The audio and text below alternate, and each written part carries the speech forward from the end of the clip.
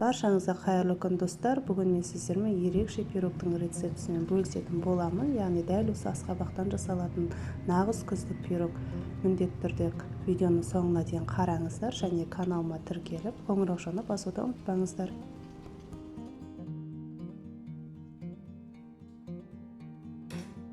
Ең алдымен асқабағымыздың сыртын тазартып жуып, үккіштен өткізіп аламыз. Дәл осы үккіштің осы бөлігінен өткізетін боламыз.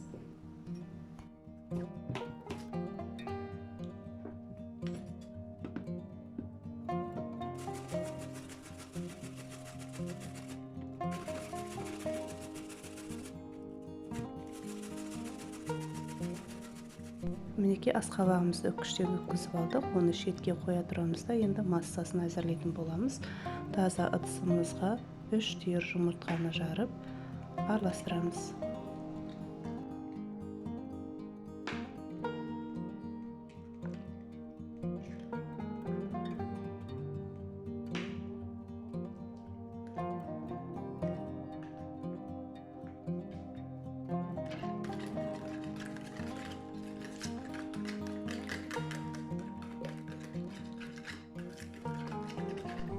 Одан кейін жұмыртқамыздың үстіне қантымызды салып, жақсылап араластырамыз.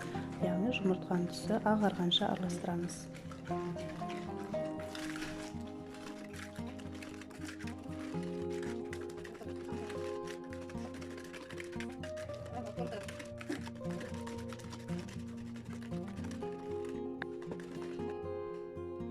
Одан кейін шым-шым тұз аламыз.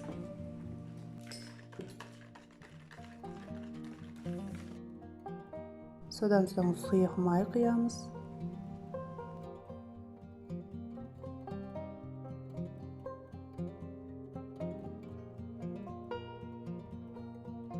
Одан кейін ұнымызды салатын боламыз. Осылай шетінен аз-аздап сала отырып араластырамыз.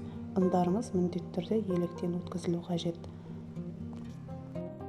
Ұнымыздың үстіне қамыр қопсытқыш және ас содасын қосамыз да жақсылап араластырамыз.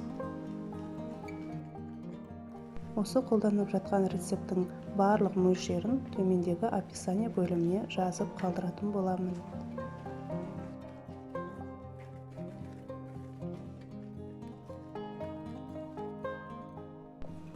Ары қарай ұнымыздың келесі бөлігін салып араластыратын боламыз.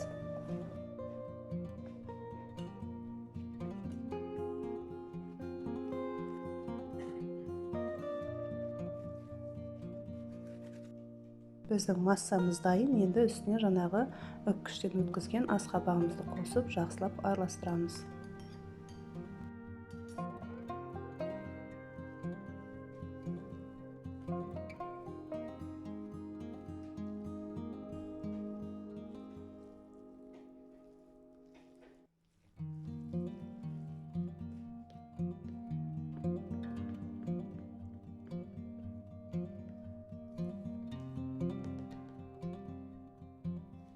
Содан соң массамызды осылай формаға салып, алдын ала қызып тұрған 180 градустағы пеште 40 минут көлемінде пісіріп алатын боламыз.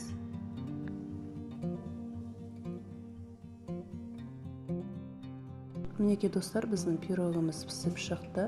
Әсемдік үшін осылай бетіне сахарный пудра сеуіп қойсаңыздар болады.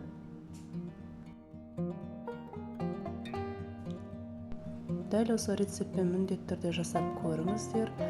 Өте дәмді болып шығады. Құрамындағы азық-түліктің бәрі үйден табылатын, яғни қолжетімді. Міндетті түрде әзірлеңіздер және каналыма тіркеліп, лайк басып кетуді ұмытпаңыз.